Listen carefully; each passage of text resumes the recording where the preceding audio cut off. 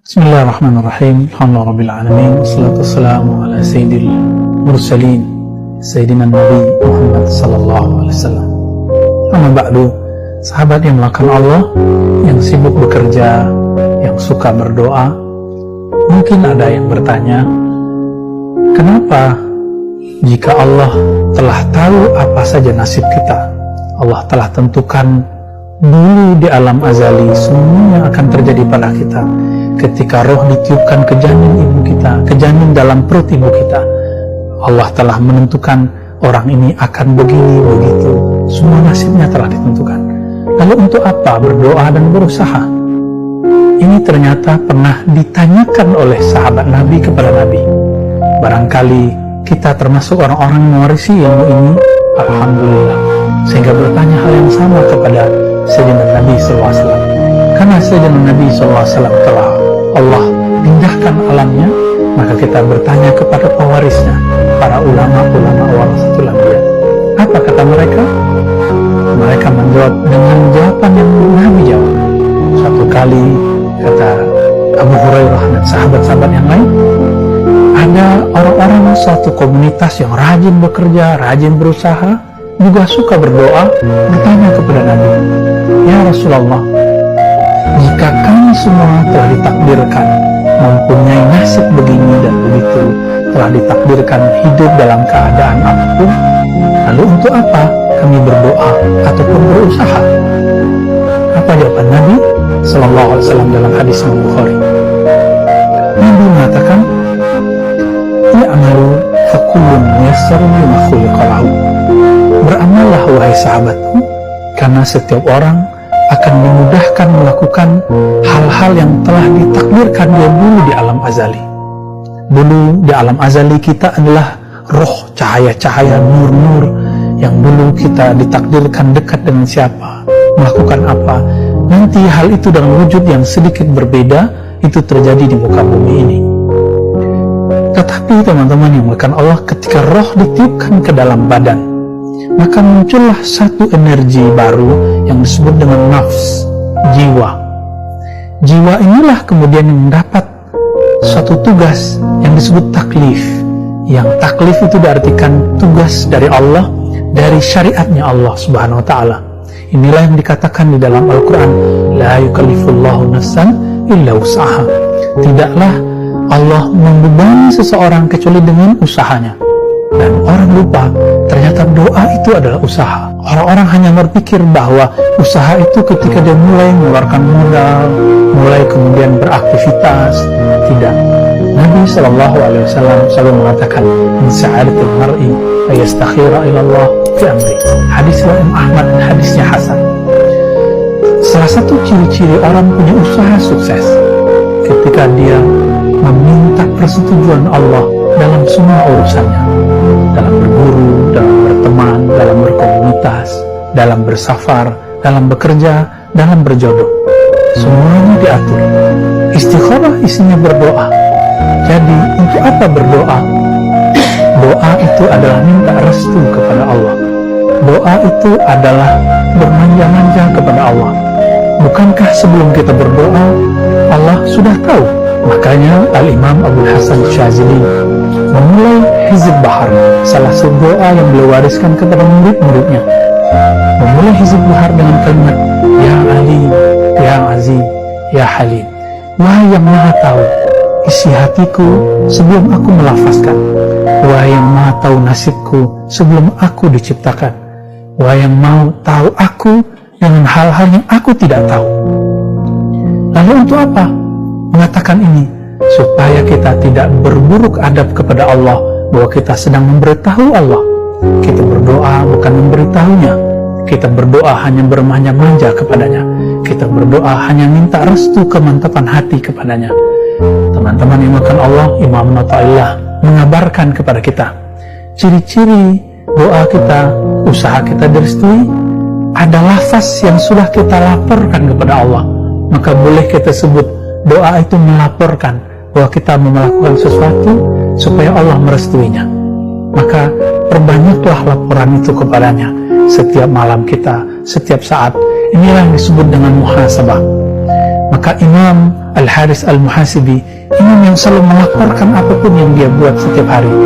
Dulu Imam Ahmad bin Hanbal, murid Imam Syafi'i, pernah tidak menghargai orang ini karena menganggap Al-Haris Al-Muhasibi tidak mengajarkan hadis. Ternyata Al-Haris Al-Muhasibi mengajarkan inti dari ajaran hadis itu. Akhirnya Al-Imam Ahmad bin Hanbal menghormati beliau, bahkan mengambil berkah dari jubah Al-Imam Al-Haris Al-Muhasibi. Sahabat yang melakukan Allah, jadi untuk apa berdoa? Berdoa adalah melaporkan keinginan kita kepada Allah, meminta restu Allah, dan yang terakhir meminta restu kepada Allah Subhanahu wa Ta'ala. Hidup ini hanyalah minta restu Allah. Inilah yang kita baca, Allahumma inna nas'aluka ridhaka wal jannah. Ya Allah, kami meminta ridho, restu. Jika tiada ada ridhonya, maka orang taat pun tidak diterima taatnya. Jika tidak ada ridhonya, maka pemaksiat akan selalu dalam gelombang maksiatnya, selalu dalam lingkaran maksiatnya. Tapi jika Allah telah beri ridho, orang yang taat diterima, orang yang maksiat akan diselamatkan. Kita ini adalah para pemaksiat. Kita ini bermaksiat setiap saat. Maksiat badan dengan melakukan hal yang munkar, maksiat pikiran memikirkan yang tidak baik, yang jorok, yang vulgar, maksiat kalbu ketika berhenti menyebut nama Allah, maksiat ruh ketika kita tidak mengenal Allah Subhanahu wa Ta'ala. Betapa banyak maksiat kita, maka semoga Allah meridhoi kita. Teman-teman yang maka Allah, sahabat yang aku cintai, yang kami cintai, mari berdoalah kepada Allah, melaporlah kepada Allah, bermanjalah kepada Allah, mintalah restu ridha Allah. Semoga kita termasuk yang diridhoinya dengan segala kekurangan kita. Amin ya rabbal alamin. Wassallallahu ala sayyidil mursalin walhamdulillahi rabbil alamin. Assalamualaikum warahmatullahi wabarakatuh. Bismillahirrahmanirrahim. Ashhadu an la ilaha illallah wa ashhadu anna Muhammadar Rasulullah. Allahumma salli ala sayyidina Muhammad wa ala ali sayyidina Muhammad. Rabbi israh li sadri wa yassir li amri wahlul 'uqdatam min lisani yafqahu qawli. Amin. Bismillahirrahmanirrahim. Salam hormatku, salam ta'zimku buat para sahabat-sahabatku tercinta dimanapun Anda berada, baik yang ada di dalam dan yang ada di luar negeri. Semoga kita semua tetap di dalam ihdinas siratal mustaqim, siratal ladzina an'amta alaihim. Amin ya rabbal alamin. Bismillahirrahmanirrahim. Pada subuh yang indah ini, mari kita perdengarkan pertanyaan dari sahabat kita. Assalamualaikum warahmatullahi wabarakatuh, Pak Guru. Saya Andi dari Palembang, ingin bertanya kepada Pak Guru. Pertanyaan saya mengenai doa, Pak Guru. Seperti kita ketahui bersama bahwa doa itu adalah meminta sesuatu kepada Allah Subhanahu wa Ta'ala, apa-apa yang kita inginkan. Namun di sisi lain, kita semua harus yakin dan percaya qada dan qadarnya Allah Subhanahu wa Ta'ala. Kita manusia hanya bisa menerima apa adanya dari beliau. Kita hanya diperjalankannya. Kita adalah rasulnya Allah Subhanahu wa Ta'ala. Dan kita pahami juga tak ada satupun manusia yang bisa berdoa di muka bumi ini. Kita adalah makhluk Tuhan yang tak bisa apa-apa.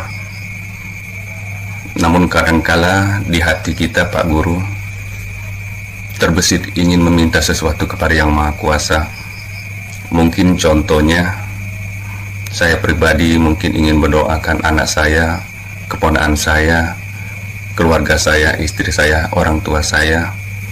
Mudah-mudahan Allah memberi hidayah kepada mereka, sehingga mereka bisa merasakan kedamaian dan ketenangan. Karena tanpa hidayah yang sebenar-benarnya hidayah, tak akan pernah kita bisa merasakan kedamaian dan ketenangan itu. Jadi yang membuat saya bingung, khususnya di tentang doa ini Pak Guru, apakah Allah masih bisa mengabulkan doa umatnya? Namun di sisi lain Allah sudah menetapkan qadar dan qadarnya. Mungkin ini dulu Pak Guru pertanyaan dari saya. Salam dari saya Andi dari Palembang dan keluarga. Mudah-mudahan Pak Guru dan keluarga selalu diberi kesehatan, dan pemaparan-pemaparan Pak Guru selalu kami tunggu agar kami murid-muridmu selalu dipahamkan oleh Allah Subhanahu wa Ta'ala dan selalu berjalan di jalannya Allah Subhanahu wa Ta'ala. Mungkin ini dulu Pak Guru pertanyaan dari saya. Terima kasih. Assalamualaikum warahmatullahi wabarakatuh. Waalaikumsalam warahmatullahi wabarakatuh. Alhamdulillahi rabbil alamin. Pertanyaannya seputar doa. Apakah orang-orang yang sudah kembali kepada Allah masih butuh berdoa lagi? Alhamdulillahi rabbil alamin. Di dalam ayat suci Al-Quran ada ayat Ud'uni astajib lakum. Berdoalah kepadaku, niscaya akan aku kabulkan. Alhamdulillahirabbil alamin. Jadi berdoa ini diperintah oleh Allah agar manusia tidak sombong hatinya. Maka diperintah minta kepada Allah. Bismillahirrahmanirrahim. Bila dikaji di dalam sudut pandang syariatnya, Ud'uni astajib lakum. Berdoalah kepadaku, niscaya akan aku kabulkan permintaanmu atau doamu. Bila dipandang dalam sudut kacamata syariat, seumpama doa ini sangat mustajab dan pasti diterimanya oleh Allah kepada siapapun yang berdoa, maka niscaya manusia seluruh dunia takkan pernah ada yang miskin. Takkan pernah ada yang kekurangan. Takkan pernah ada yang bodoh. Mereka semua pada kaya raya, pada pintar semua, pada berlebih-lebihan semua. Ini dalam kacamata syariatnya. Bila ayat ini memang benar-benar jitu bagi syariat, maka takkan pernah ada orang miskin di dunia ini. Akan tetapi bukti realnya, kenapa masih banyak orang yang miskin? Kenapa masih banyak orang yang serba kekurangan? Dikarenakan doa-doanya untuk minta kekayaan, untuk minta kelebihan harta, untuk minta anak yang soleh dan solehah, untuk minta keselamatan, pun juga banyak yang tertolak alias tidak diterima doa-doanya. Sehingga kita selama ini minta dan minta terus, berdoa dan berdoa terus, hingga terkabulnya apapun yang kita idam-idamkan. Agar terkabul apa-apa yang kita maksudkan.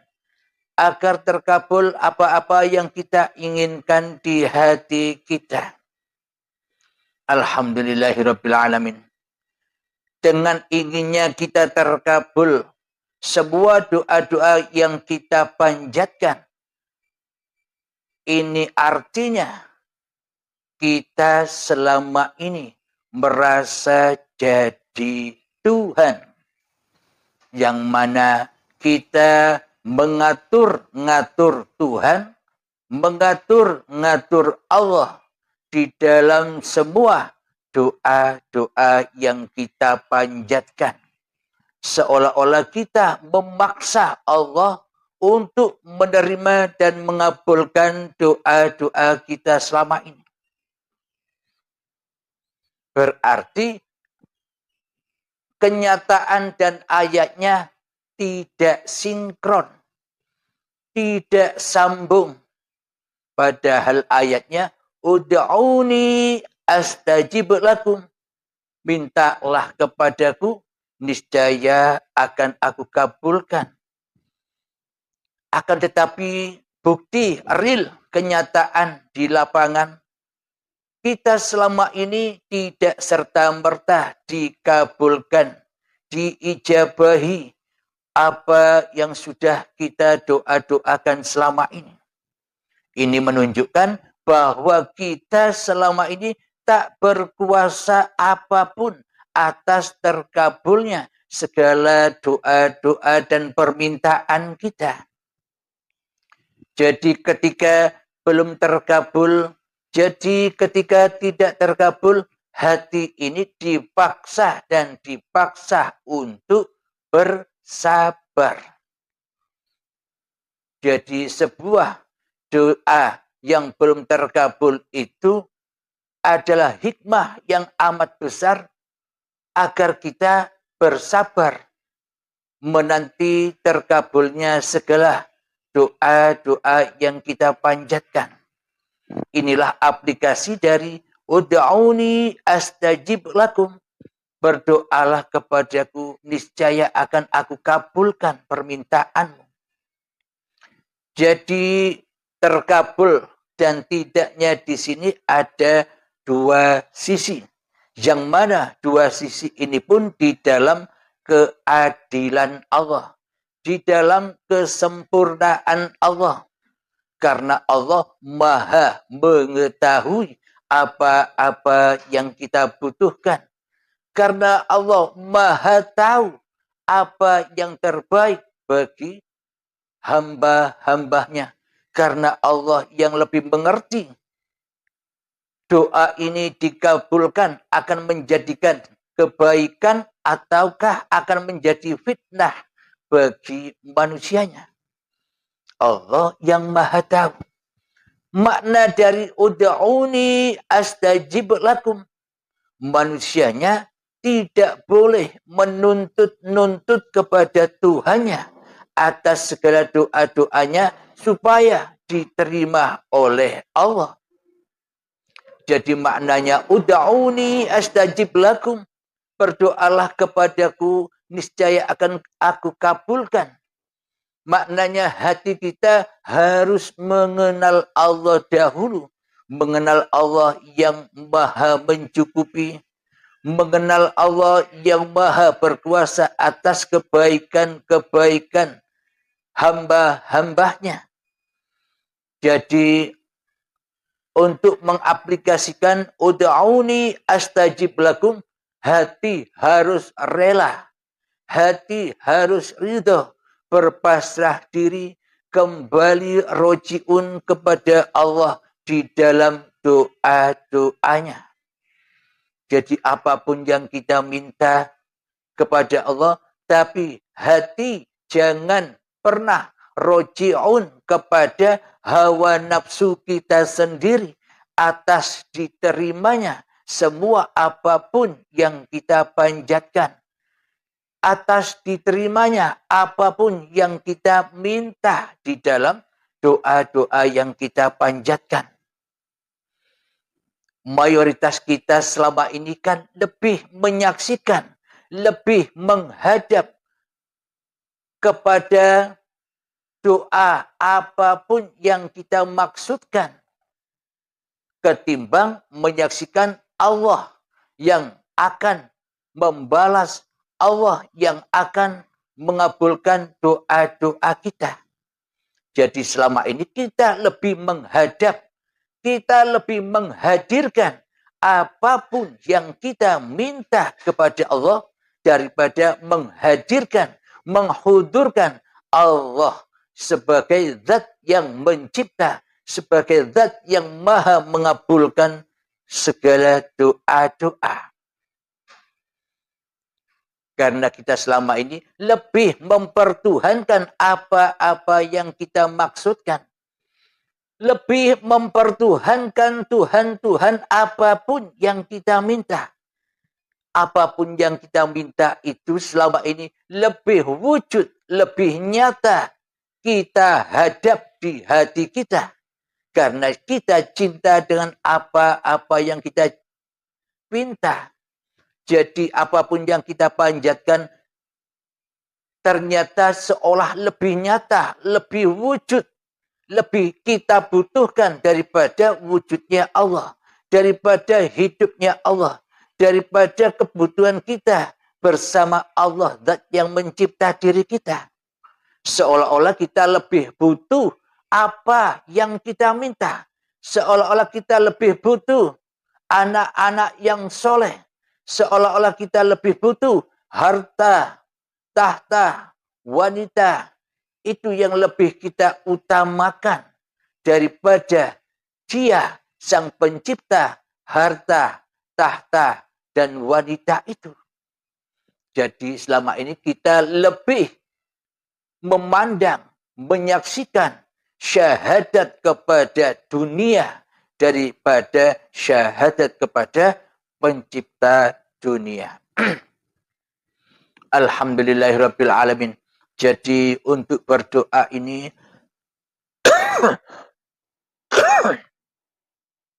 kita harus bisa bertajali dulu. Kita harus makrifat dulu.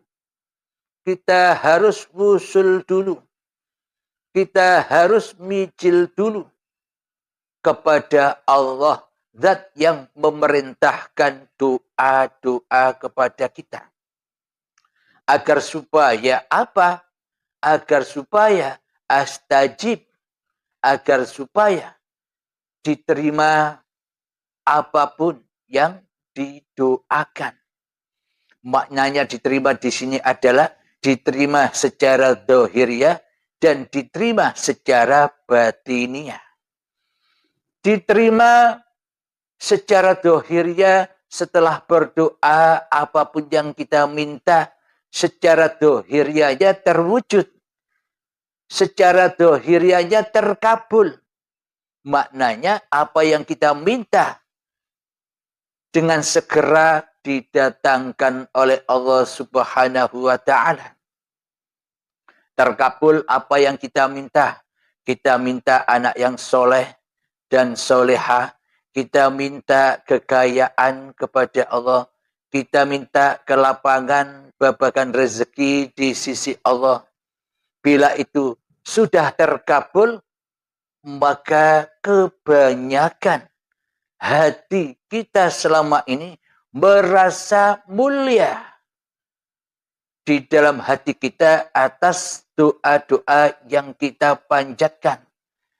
Seolah-olah kita merasa lebih mulia dari mulianya Allah, zat yang mengabulkan segala doa.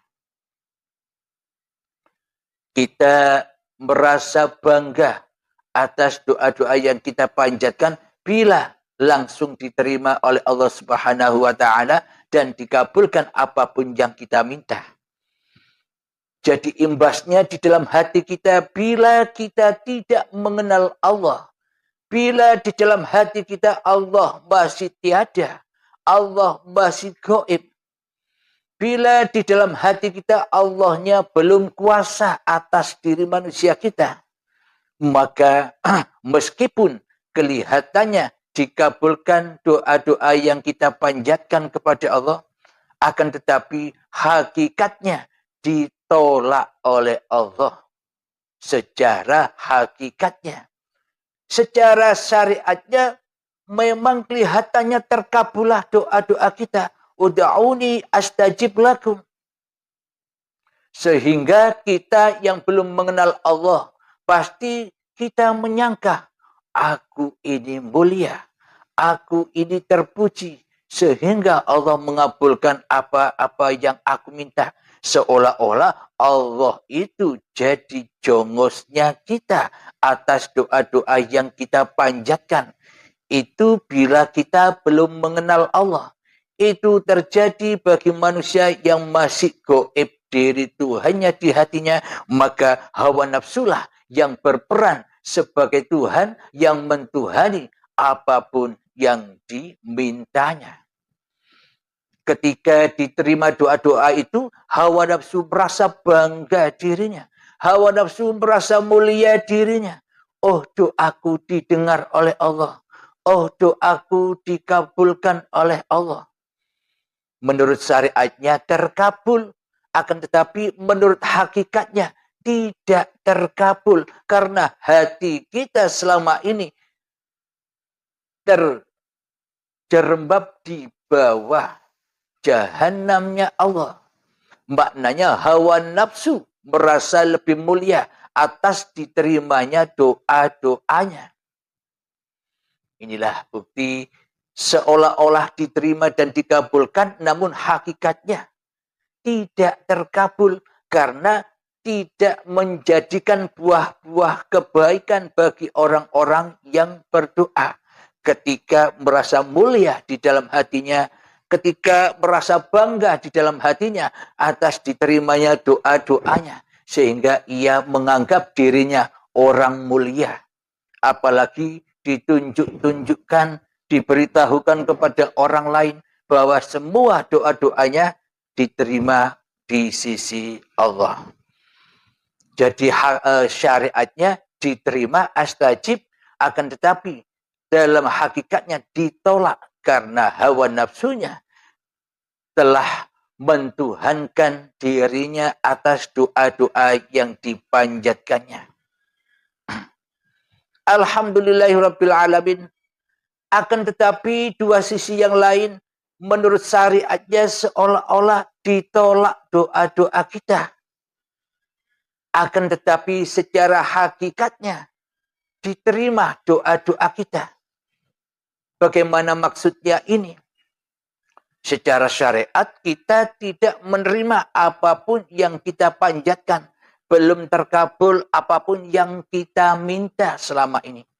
Akan tetapi hati kita, berhubung kita sudah mengenal Allah, zat yang maha mencukupi, zat yang maha menguasai, zat yang maha memelihara atas seluruh ciptaannya, maka di dalam hati orang-orang yang sudah beriman kepada Tuhannya akan datang kesabaran di dalam hatinya atas belumnya terkabulnya doa-doa yang dipanjatkannya.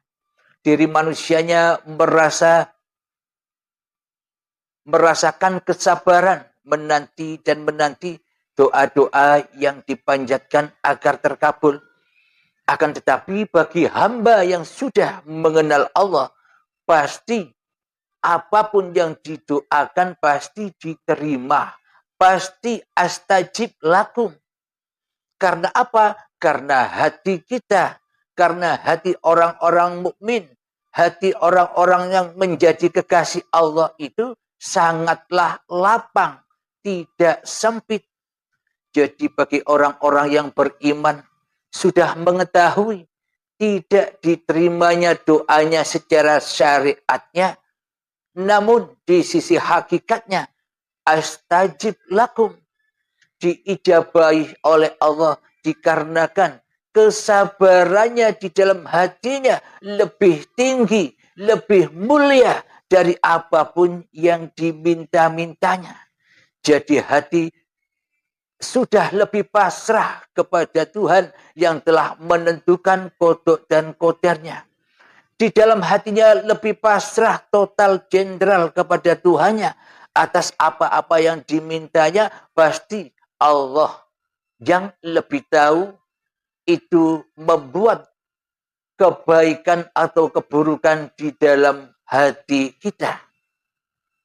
Jadi imbas dari ketidakditerimaan doa kita secara syariatnya tidak membuahkan hati yang marah, hati yang gundah, hati yang iri kepada Tuhannya. Hati kita selama ini enjoy saja. Apapun yang kita minta di dalam hati kita, bagi orang-orang yang sudah mengenal Allah, hanyalah mengikuti perintah-perintah Allah untuk berdoa. Akan tetapi di dalamnya kita tak punya kekuasaan sedikit pun atas diterima atau atas ditolaknya doa-doa yang kita panjatkan. Pokoknya kita berdoa, sudah pasrahkan semua kepada Allah. Baik itu diterima atau dikabulkan ataupun ditolak oleh Allah. Di dalam hati kita sudah pasrah bongkoan, sudah menyerahkan semua kepada Allah, diterima atau tidaknya. Karena hati mukminin adalah Baitullah. Jadi orang-orang mukmin, orang-orang yang sudah nyata kewujudan Tuhannya di hatinya, maka kebanyakan mereka sudah tak berdoa lagi. Karena di dalam hatinya yang nyata, yang wujud, yang hidup, hanyalah Allah di dalam hatinya, ketimbang hawa nafsunya sendiri. Maka dari itu mayoritas orang-orang yang sudah bertajalli, yang sudah wusul, yang sudah dunung, yang sudah mijil kepada Allah, tak pernah berdoa lagi. Maknanya, bagaimana mungkin kita masih minta-minta kepada Allah? Bagaimana mungkin kita masih berdoa kepada Allah? Sementara hidup ini dihidupi oleh Allah. Sementara gerak ini dipergerakkan oleh Allah. Kuasa ini dikuasakan oleh Allah. Bagaimana mungkin aku mau meminta-minta lagi? Bagi orang-orang yang sudah kembali kepada Allah, bagaimana mungkin dia akan minta? Wong sejatinya, wong hakikatnya, dirinya sendiri pun juga sudah adam, sudah tiada, sudah tak berperan lagi. Mana mungkin ia mau minta-minta lagi. Akan tetapi bagi saudara-saudara kita yang masih duduk di dalam tahapan syariat, ya wajib meminta. Hukumnya wajib berdoa itu bagi orang-orang yang masih cinta kepada badannya. Bagi orang yang masih cinta kepada hidup yang diakui sebagai hidupnya. Bagi orang yang masih cinta kepada babakan dunia, wajib berdoa. Agar apa? Maknanya diutus berdoa agar melatih kesabaran demi kesabaran atas tertundanya doa-doa yang kita panjatkan. Agar kita lebih sabar kepada Allah ketimbang kita merasa puas atas terkabulnya segala doa-doa kita. Jadi Allah tahu mana yang terbaik untuk hambanya. Allah lebih tahu doa kita ini membahayakan atau menyelamatkan hati kita kepada Allah. Allah lebih tahu. Jadi inilah yang dimaksud ud'uni astajib lakum. Berdoalah kepadaku, niscaya akan aku kabulkan. Bagi siapa? Bagi orang-orang yang sudah pasrah kepada Tuhannya atas segala doa-doanya. Jadi segala doa-doa yang kita panjatkan, sudah jangan kita hiraukan lagi. Sudah jangan kita pedulikan lagi. Wong kita berdoa kepada Allah, maka haturkanlah seluruh doa-doa yang kita panjatkan kepada Allah agar tidak kepikiran terus, agar tidak tersiksa terus hati kita atas tertundanya doa-doa yang kita panjatkan. Inilah makna dari astajib lakum. Berdoalah kepadaku, maka aku ijabai. Maknanya berdoalah kepadaku agar kau selalu bertemu aku. Ini maknanya. Alhamdulillahirrabbilalamin. Bagi saudaraku yang diutus di dalam hatinya untuk berdoa, untuk memanjatkan doa, ikuti saja berdoa. Akan tetapi saya mohon, di dalam waktu kita berdoa, jangan kau hudurkan, jangan kau tatap, Jangan kau syahadat kepada apapun yang kita minta. Jangan kau menghadap kepada apapun yang kita butuhkan. Jangan pernah kau menghadap kepada apapun yang kita idam-idamkan. Jangan sampai wujud, jangan sampai hadir apa yang kita pinta, yakni mengalahkan kewujudan Allah yang menciptakan apapun yang kita minta. Jadi harapan saya, pandanglah, saksikanlah doa-doa yang kita panjatkan itu, haturkanlah kepada Allah. Saksikanlah kepada Allah lah yang membuat semua peristiwa-peristiwa ini berlangsung.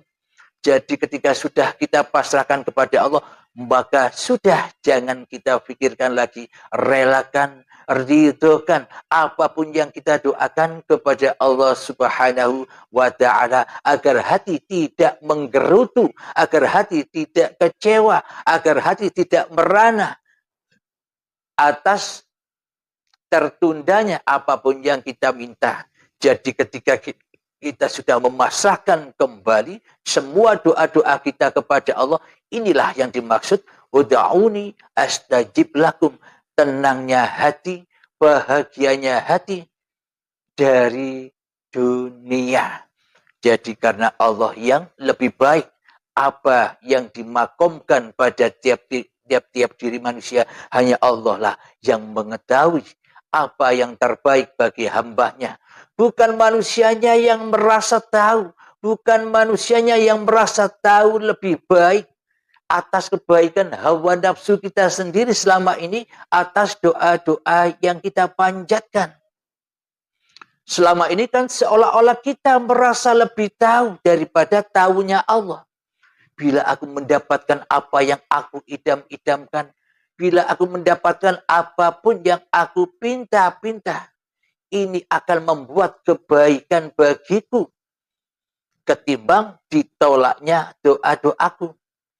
Jadi kekayaan akan menjadi singgasana bagi orang-orang yang belum mengenal Tuhannya.